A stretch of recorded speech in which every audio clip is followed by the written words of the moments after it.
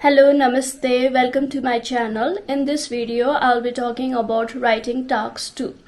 In IELTS writing, there are 2 tasks to be completed in 60 minutes, writing task 1 and writing task 2.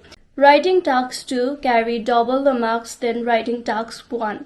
So you can say how you do in writing task 2 will certainly determine your score in writing section of IELTS. This video will go detail on the rules of academic writing, the rubric criteria under the basis of which your writing will be scored, and at last the different type of essay question you will get in your test. So let's begin. Let's start from the rules of academic writing. First one is don't use contraction or abbreviation while writing. Contractions such as don't, can't, won't should not be written in this formal essay, but instead use do not, cannot, will not, is not. As for abbreviation, even it's very common and used most of the time, don't include those kind of abbreviation. Second one is don't use idioms, colloquial languages or metaphor while writing academic essay. Idioms such as pass with flying colors, colloquial slangs such as wave of terrorism or metaphor should not be included in essay. These phrases, words doesn't directly mean what you are trying to say. Such as flying colors, does it mean to pass with good score? It doesn't, right? But the total phrase mean that. So don't write those type of words or phrases in IELTS writing. Don't use basic language such as to get. Instead use obtain. Instead of thing, write factor. And don't repeat the same word multiple times. If you have to write good more than once, then write wonderful, enticing, exciting. If you have to write bad multiple times, write horrible, terrible. So use different type of sophisticated vocabulary while writing academic essay. Don't use personal pronouns such as I, we, you, me, or personal adverbs such as surprisingly, fortunately. This is a formal essay, so keep it formal without having your personal opinion. Instead of writing, I did a research in this topic, write research was conducted in this topic. So you can convert your personal opinion and generalize it to public. Another one is don't put any question in essay. Here you are answering the question, not asking any question to the examiner. So don't put questions. And the last one is don't use expressions such as so on or etc. If you write Nepal imports gas, foods, fruits and so on, don't let the test taker wonder what the other thing Nepal imports. But give the exact answer. Nepal imports goods such as gas, fruits, and oils.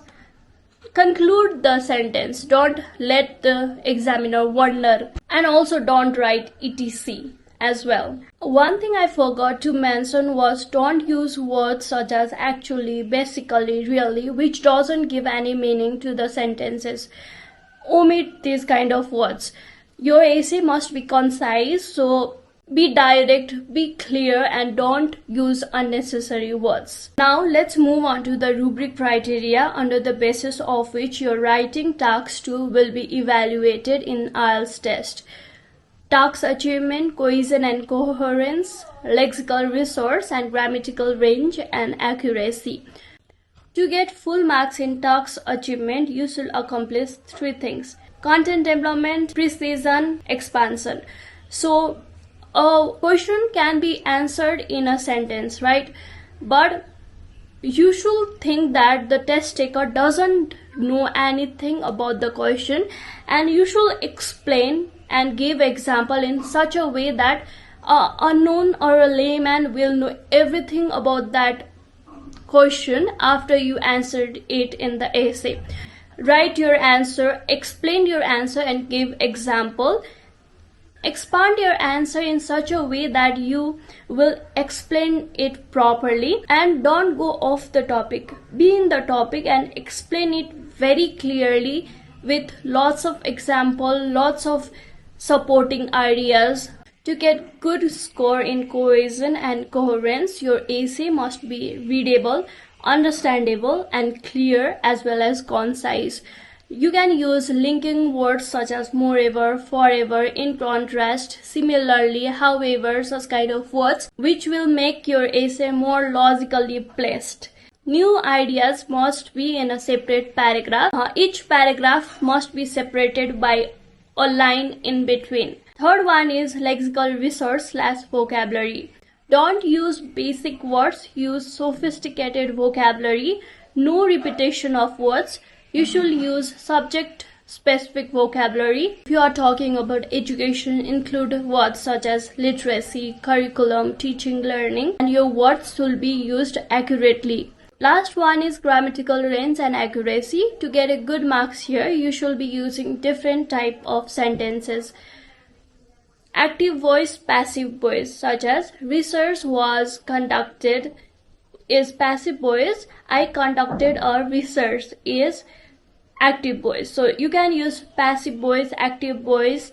Complex compound sentences. What is compound sentences? Those independent clauses which are connected with conjunctions such as and, but, because, yet, because of, such kind of words which are connecting two independent clauses, that is compound.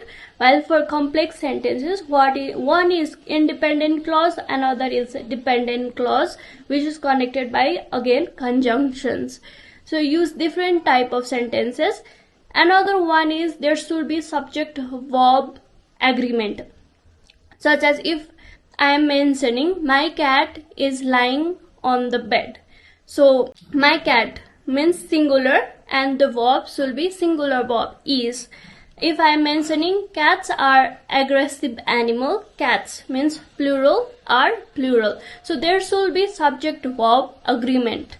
It sounds simple, but most of the students make mistake in this, and there should be proper use of articles as well. I'll make a detailed video in grammar as well in upcoming videos, so stay tuned for that. And also use prepositional phrases such as with regard to, in response to, in the beginning of sentence to provide different sentence structure to the examiner, so that the test taker will find your proficiency in writing in English language. Now I will be talking about different type of writing tasks 2 or essay question you will be getting in your test day.